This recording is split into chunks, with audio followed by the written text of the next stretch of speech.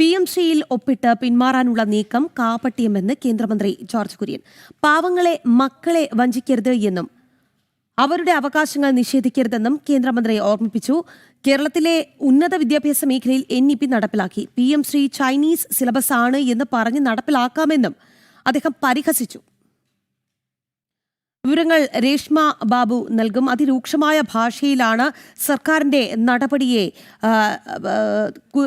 George Kurian വിമർശിച്ചിരിക്കുന്നത്. അദ്ദേഹം ഇത് ശുദ്ധമായ കാപട്യമാണ് എന്ന് തുറന്നടിച്ചിരിക്കുന്നു. രേഷ്മ പറയും.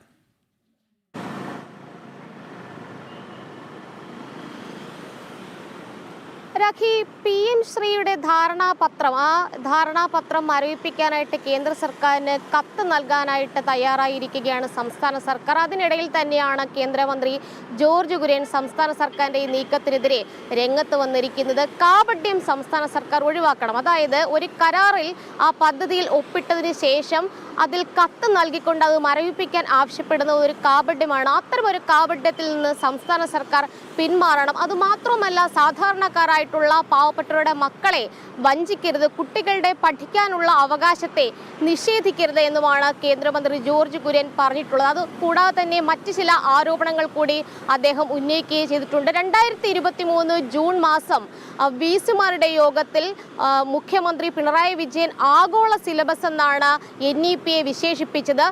അങ്ങനെയെങ്കിൽ PM ശ്രീയെ ചൈനീസ് സിലബസ് എന്ന് വിശേഷിപ്പിച്ചുകൊണ്ട് അത് നടപ്പിലാക്കിക്കൂടെ എന്നുള്ളൊരു പരിഹാസം കൂടി ജോർജ് കുര്യന്റെ ഭാഗത്തുനിന്നും ഉണ്ടാകുകയും ചെയ്തിട്ടുണ്ട്. രണ്ട് സർക്കാരുകളും, കേന്ദ്ര സർക്കാരാണെങ്കിലും സംസ്ഥാന സർക്കാരാണെങ്കിലും ജനങ്ങൾ തെരഞ്ഞെടുത്തതാണ്. അതുകൊണ്ട് തന്നെ കേന്ദ്രം നടപ്പിലാക്കുന്ന അല്ലെങ്കിൽ കേന്ദ്രത്തിന്റെ നയമെന്ന് പറഞ്ഞുകൊണ്ട് NEP-യെ തള്ളേണ്ടതില്ല. കാരണം പാവപ്പെട്ടവരുടെ മക്കൾക്ക് കേന്ദ്ര നിലവാരത്തിൽ അല്ലെങ്കിൽ ഉന്നത നിലവാരത്തിലുള്ള വിദ്യാഭ്യാസം ലഭിക്കുന്ന ഒരു പദ്ധതി തന്നെയാണ് PM ശ്രീ.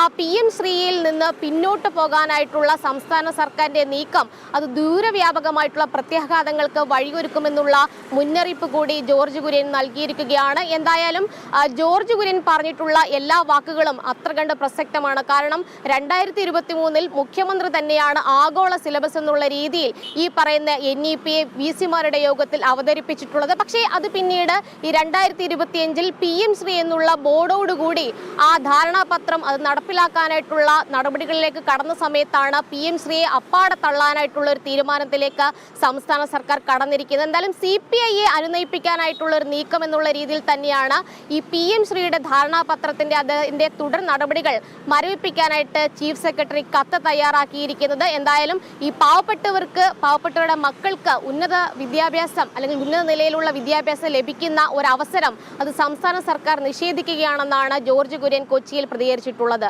രാഖി, രേഷ്മ, പാവപ്പെട്ടവരുടെ മക്കളെ വഞ്ചിക്കരുത് എന്നും അവരുടെ അവകാശങ്ങൾ നിഷേധിക്കരുത് എന്നുമാണ് കേന്ദ്രമന്ത്രി ജോർജ് കുര്യൻ ഓർമ്മിപ്പിച്ചത്. കേരളത്തിലെ ഉന്നത വിദ്യാഭ്യാസ മേഖലയിൽ NEP നടപ്പിലാക്കിയിട്ടുണ്ട്. PM Shri Chinese syllabus ആണ് എന്ന് പറഞ്ഞ് നടപ്പിലാക്കാമെന്നാണ് അദ്ദേഹം സർക്കാരിനെ വിമർശിച്ചുകൊണ്ട് പരിഹസിച്ചത്. രേഷ്മ ബാബുവാണ് വാർത്തയുടെ വിശദാംശങ്ങൾ നൽകിയത്.